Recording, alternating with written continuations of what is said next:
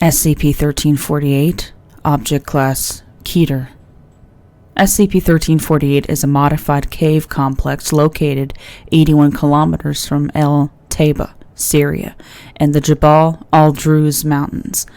Upon initial discovery by IAEA monitors on March 6, 2006, the complex was believed to house a Syrian reactor. Subsequent Israeli airstrikes on the site resulted in the discovery of 3 unknown chambers.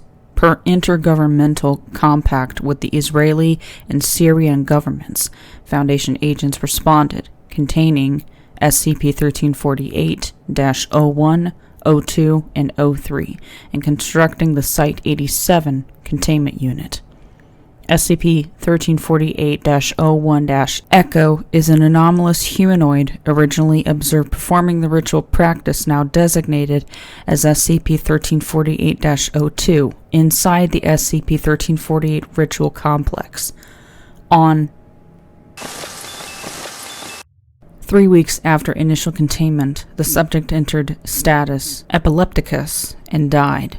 During containment, subject produced 3 utterances in an unknown Southern Semitic language, but otherwise made no attempts to communicate with Foundation staff. Food, water, and bedding were declined. Intravenous nutrition proved impossible. Subject otherwise exhibited no anomalous behavior. For autopsy results, consult document SCP-1348 SMR-9. SCP-1348-02 is a ritual practice of unknown provenance. Spoken portions of 02 are performed in an unknown Southern Semitic language.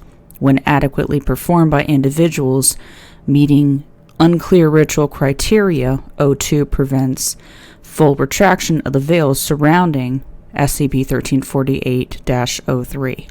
An obligatory precursor event in scenarios XK-734, XK-918, and XK-337.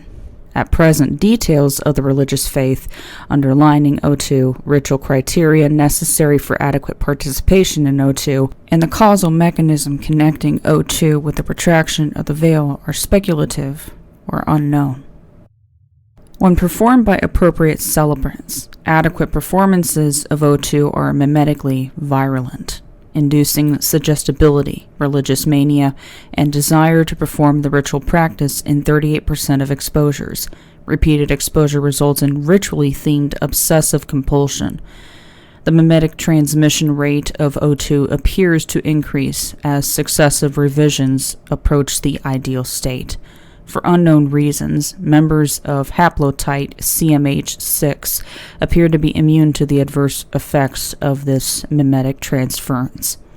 While present transcripts and recordings of 02 are not believed to be virulent, existing containment guidelines require certified Foundation linguists to minimize active exposure to full ritual recordings. SCP-1348-03 is the central chamber of the SCP-1348 complex. Due to high neutron flux, the chamber was originally believed to be a storage site for high-grade radioactive waste or an unshielded reactor core. Initial investigation of the chamber by remote drone revealed an elaborate rectangular chamber, decorated in a proto-Semitic style. Repeated motifs include rams, serpents, slaughtered bulls, wounded lions, hawks, and depictions of ritual practices similar to 02. In the center of the room is a raised platform with a 9-meter radius surrounded by cylindrical sheath constructed of beryllium bronze. At dawn, noon, and dusk, the sheath retracts, causing neutron flux inside 03 to increase to lethal levels. Performance of 02 appears to provide celebrants with substantial protection against radiation poisoning and results in complete closure of the outer sheath. Attempts to view the area within the sheath, except by celebrants during performances of 02, have been unsuccessful. Celebrants, including Foundation staff, are unable or unwilling to disclose the inner region's contents. For certified information concerning the veiled region of 03, Class 4 staff may consult document SCP-1348 SMR-11.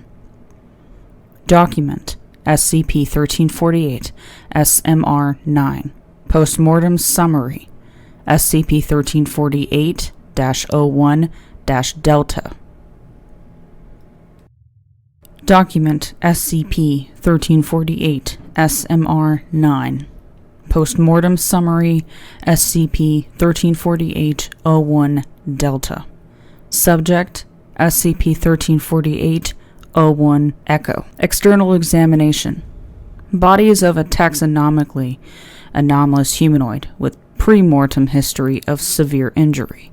Of the 10 external limbs originally present, 3, both legs and one wing, show signs of amputation by avulsion below the second joint. Head is presumed to have been generally humanoid prior to injury, with the exception of bilaterally symmetric third orbit located 1.2 centimeters above the frontal prominence. Eyes missing, presumed due to injury. Optic canal is present in 2 grossly normal orbits. Analogous structure present in anomalous frontal orbit. Crushing injuries to frontal sinuses preclude reconstruction of original contours of facial bones. No external genitalia are visible. Injuries show signs of abnormal keloid formation, indicating complete healing process. External injuries non-fatal. Internal examination. Structures equivalent to liver, lungs, heart, and brain are present. Kidneys are absent. Gross anatomical investigation revealed a simple blind gut terminating in a rudimentary cecum. Urinary tract and anus absent. As no stomach or cecum contents were apparent at the time of autopsy, gut is presumed vestigial. Majority of lower abdominal cavity occupied by a segmented organ or tumor of unclear function and histology. On histologic examination, muscle and organ tissue displayed signs of catabolism and macrophage infiltration, consistent with severe malnutrition. Cause of death, malnutrition. Addendum, ATP 9. For complete histologic and gross anatomical data, consult document SCP-1348 ATP 9, full autopsy, SCP-1348-01 Delta. Document SCP-1348 ICL 8 Incident Log. Background. On 3 days after his interview with O9142, and 5 days after the death of Site Director Khan compiled a new instance of O2 and entered the inner containment area. After performing external portions of O2, Dr. Khan entered the central region of O3. He has not been seen since, and the veil has failed to retract. Per O507 C-1348, Bravo, containment procedures are suspended. Upon retraction of the veil, C-1348 Alpha is to immediately execute Protocol 228 Melika. O5 access required. Final incident review.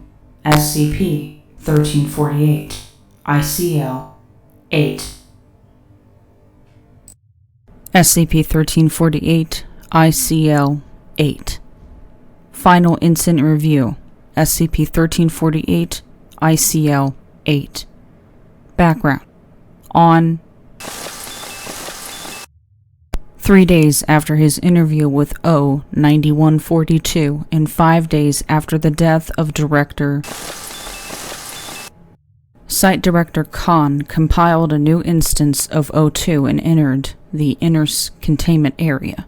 After performing external portions of O2, Dr. Khan entered the central region of O3. In accordance with Foundation protocol for investigating security breaches by senior staff, Foundation internal security personnel sequestered all electronic devices, paper files, and personal effects related to prior or present assignments by Site-93 personnel. After detailed forensic review, Internal Security's preliminary conclusion was that Dr. Khan, motivated by personal distress in the aftermath of the death of Director, spontaneously and unilaterally decided to deviate from containment protocol and enter the central region. The following letter was returned, unopened, to Dr. Khan's primary residence in Haifa, Israel. Judith, it is strangely simple to be writing the last letter I will ever send. As long as I can remember, the truth has had consequences, so I have withheld as much as I could. But now that the consequences are so very imminent, I will be departing beyond their reach. I have a confession.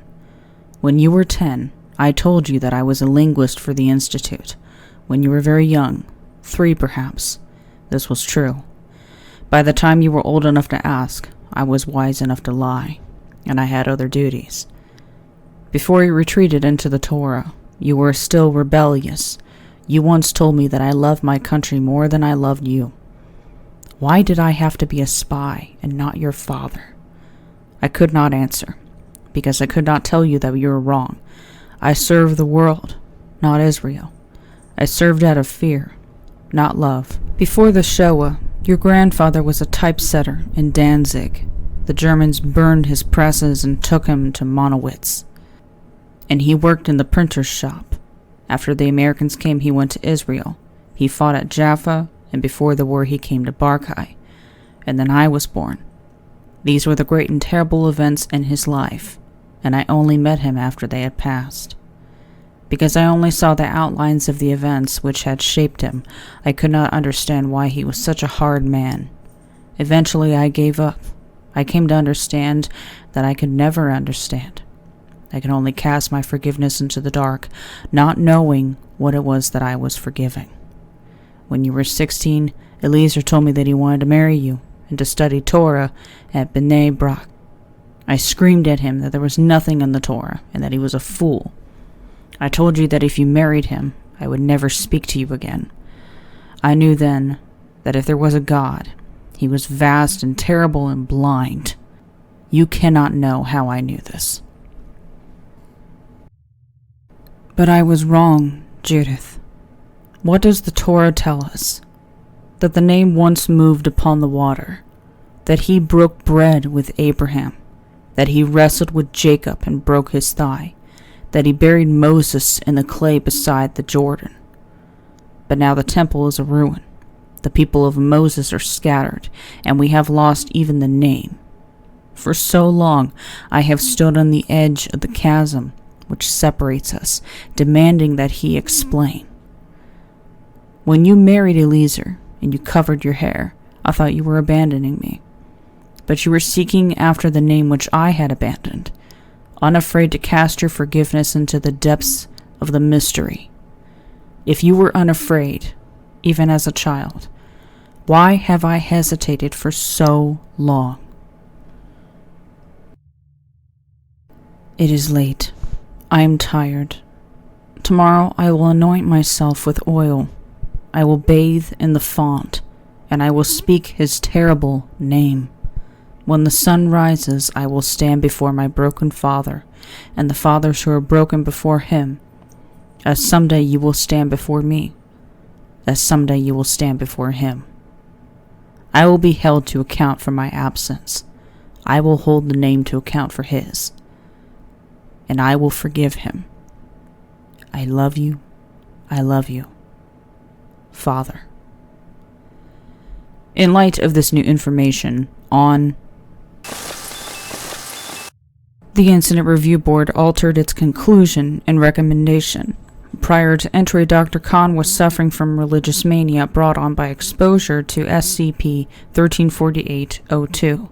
As a result, the Foundation now concludes that haplotype CMH6 does not provide effective protection to ritual-associated mimetic effects. Conclusion. Per 057 C-1348 Bravo containment procedures are suspended. Remaining C-1348 Bravo personnel are to be treated with amnestics and quarantined until verifiably cleared of all memories related to O2. Upon retraction of the veil, C-1348 Alpha is to immediately execute Protocol 228 Melica. Special Containment Procedures. Due to the impossibility of transport, SCP-1348 is contained on site at the Site-87 Archaeological Containment Unit, 81 kilometers southeast of El Taiba, Syria, in the Jabal al-Druze Mountains. Compartmentalized containment duties are assigned to C-1348 Alpha, Team Alpha, and C-1348 Bravo, Team Bravo, with the exception of bi-weekly containment review meetings between Site Director Binyamin Khan and Team Bravo Director. Communications between Teams Alpha and Bravo are to occur only in Conference Room 2A. To minimize the risk of cross-contamination, all inter-team communications related to ritual standards and performances must be conducted via a staff member belonging to Y chromosomal haplotype CMH6.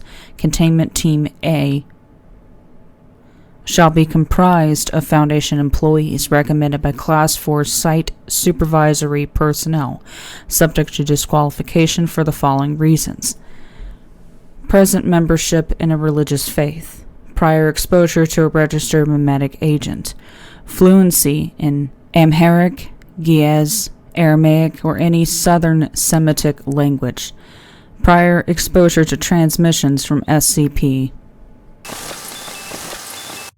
Team Alpha duties include providing ritual supplies necessary to perform SCP-1348-02, monitoring Team Bravo and civilian celebrants for compliance, selecting celebrants for participation in ritual containment, providing updated protocols for daily performances of O2, monitoring members of Team B during furloughs from the containment area, and developing and executing Protocol 228 Melica. At no time shall personnel involved in 228 Melica be exposed to recordings or transcripts of O2, enter O3, or be permitted to view the remnants of SCP-1348-01 Echo.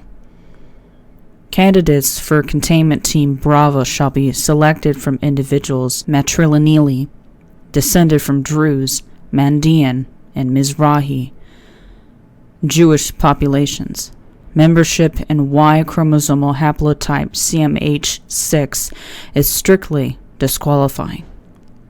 Due to practical difficulties in locating suitable candidates and Foundation employment, Class Omega civilian celebrants with appropriate genealogy may be substituted for Foundation personnel with approval from the Site Director. At dawn, noon, and dusk, selected celebrants are to perform O2 according to present ritual protocols. At all times, ritual celebrants are to behave according to the prescribed ritual purity codes specified in Documents 742 Kitab and 983 Rasail, as well as additional protocols instituted by Team Alpha. To the extent that such purity codes conflict by mandating the forbidden or forbidding the mandatory, celebrants may register individual ethical preferences with the Site Director. To avoid inadvertent ingestion of ritually impure substances, celebrants belonging to Team Bravo are to receive parenteral nutrition only, delivered under ritual supervision by Director. Due to ongoing risk of memetic transference, performance of O2 is authorized only when necessary for the containment of O3. Members of Team B and civilian celebrants are permitted to exit the inner containment area, contact family members, or access classified Foundation documents only upon written permission from the Site Director. Violation of central containment protocols constitutes grounds for immediate implementation of Protocol 228 Melica and transfer of primary containment responsibilities to the 228 Melica team.